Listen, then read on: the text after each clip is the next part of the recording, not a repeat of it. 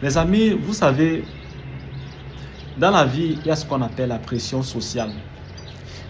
La pression sociale, on en parle très peu aujourd'hui.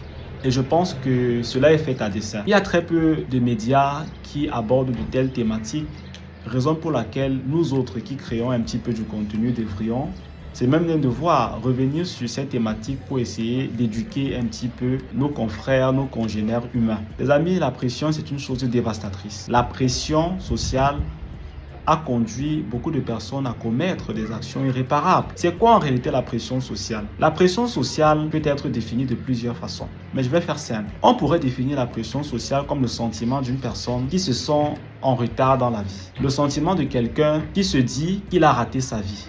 Tout simplement, pour faire simple, j'ai raté ma vie. Pourquoi est-ce que les gens aujourd'hui sont amenés à penser comme ça? Vous savez, avant, la pression sociale n'était pas quelque chose qui était très répandu. La pression sociale s'est beaucoup accentuée les 10 dernières ou les 15 dernières années, notamment avec l'explosion d'Internet. Aujourd'hui, avec Internet, on a des informations sur la vie de tout le monde. Parce que tout le monde aujourd'hui poste sur Internet. Quand quelqu'un se marie, il poste sur Internet. Quand une fille, par exemple, a célébré sa dot, comme on dit chez nous en Afrique, ou bien quand une jeune fille a fait son mariage traditionnel, elle poste les images sur Internet. Et puis, de l'autre côté, il y a cette autre jeune fille de bientôt 30 ans, de bientôt 32, 33 ans, qui malheureusement n'est pas encore tombée sur cette personne-là avec qui elle va partager sa vie et qui va l'honorer de la même sorte que la fille qui a posté les images sur Internet. Quel est le sentiment que la fille de 32 ans a? Elle se dit, ah, c'est dommage, ah, ma copine,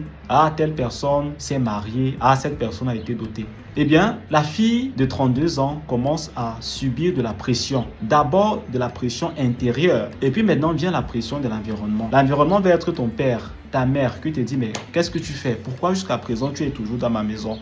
Pourquoi tu n'es pas encore marié? Pourquoi tu n'as pas encore d'enfant? Vous comprenez en fait de quoi il s'agit. Et c'est un exemple que j'ai pris parmi tant d'autres.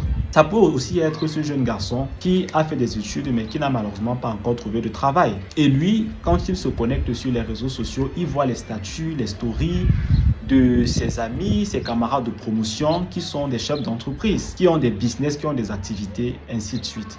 Et il se met à se sentir coupable. Il ressent de la pression. Les amis, il faut éviter la pression. C'est important, chacun a son chemin.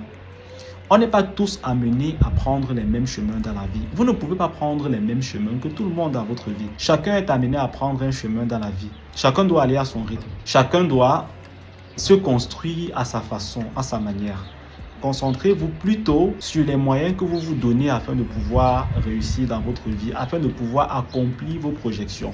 Déjà que la réussite en soi se définit différemment d'un individu à un autre. Donc, la pression sociale, c'est un phénomène dangereux sur lequel je trouve qu'on communique peu et je pense qu'on devrait plus souvent communiquer sur la pression sociale.